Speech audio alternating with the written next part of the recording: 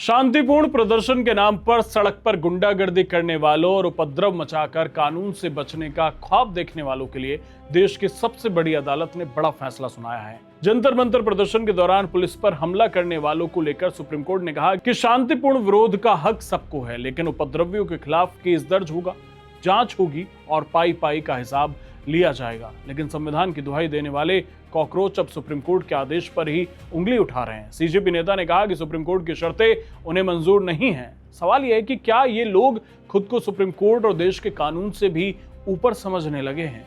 लोकतंत्र में विरोध प्रदर्शन करना सबका संवैधानिक अधिकार है, लेकिन जब विरोध के नाम पर आगजनी हो, कानून व्यवस्था की धज्जियां उड़ाई जाएं, तो क्या उसे लोकतंत्र कहेंगे। 20 जुलाई को संसद मार्च का मामला सुप्रीम कोर्ट पहुंचा, जहां 250 से ज्यादा घायल पुलिसकर्मियों पर हुए कायरतापूर्ण हमलों की जांच की मांग उठी। सुप्रीम कोर्ट ने बेहद सख्त लहजे में कहा कि इस पूरे मामले की गहन और निष्पक्ष जांच जरूरी है। अदालत ने कहा कि हमें यह तय करना होगा कि हमला वास्तव में छात्रों ने किया था या फिर भीड़ में घुसे कुछ पेशेवर उपद्रवियों ने। सीजेआई सूर्यकांत ने कहा कि 200 से ज्यादा घायल पुलिसकर्मियों और उनके परिवारों की चीखों और चिंताओं को अनदेखा नहीं किया जा सकता, जिन्होंने अपनी ड्यूटी निभाते हुए खून बहाया है। सुप्रीम कोर्ट ने एक बहुत बारीक लेकिन ऐतिहासिक रेखा खींच दी है कि अगर आप निर्दोष छात्र हैं और शांतिपूर्ण प्रदर्शन कर रहे थे तो आपके खिलाफ कोई दंडात्मक कार्रवाई नहीं होगी, लेकिन अगर आपका आपराधिक रिकॉर्ड है, अगर आपने कानून हाथ में लिया है, तो कानून का शिकंजा आपको बख्शेगा नहीं। अदालत ने यह भी आदेश दिया है कि डिजिटल सबूतों के साथ कोई छेड़छाड़ नहीं होनी चाहिए। घटना से जुड़े सारे सीसीटीवी फुटेज, ड्रोन कैमरों की रिकॉर्डिंग, पुलिस की बॉडी कैम की फुटेज, वायरलेस और पीसीआर रिकॉर्ड्स सबको तुरंत सुरक्षित रखा जाए।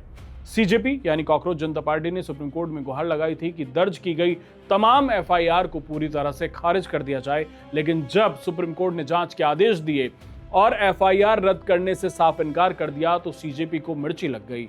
अदालत के बाहर सीजेपी नेताओं ने कहा कि सुप्रीम कोर्ट की शर्तें हमें मंजूर नहीं हैं। पहले सीजेपी खुद सुप्रीम कोर्ट से प्रदर्शनकारियों को राहत दिलाना चाहती थी, लेकिन अदालत के उपद्रवियों पर सख्त होते ही कॉकरोच भड़क गए।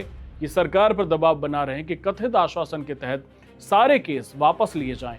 अब सवाल उठता है कि क्या कोई भी सरकार अदालती आदेशों को दरकिनार कर सकती है। अगर सारे केस बिना जांच के वापस ले लिए गए तो उन 250 घायल पुलिसकर्मियों का क्या, जो अस्पताल के बिस्तरों पर न्याय की उम्मीद कर रहे हैं। मामले की गंभीरता को देखते हुए सुप्रीम कोर्ट ने 6 राज्यों को नोटिस जारी किया है। अदालत ने साफ कर दिया है कि किसी भी स्वतंत्र समिति के गठन पर कोई भी फैसला लेने से पहले केंद्र और राज्यों को अपना जवाब दाखिल करना होगा। यानी कोर्ट जल्दबाजी में कोई ऐसा फैसला नहीं लेना चाहता जिससे असली गुनहगार बच निकलें या किसी बेगुनाह के साथ अन्याय हो जाए। साथ ही सुप्रीम कोर्ट ने प्रदर्शनकारियों की निजता की रक्षा करते हुए उनकी निजी जानकारी को सार्वजनिक करने पर रोक लगा दी है। एक तरफ जहां कोर्ट बेगुनाह नागरिकों और छात्रों के अधिकारों की रक्षा कर रहा है, वहीं दूसरी तरफ हिंसा करने वालों की गर्दन पर कानून का शिकंजा कस रहा है।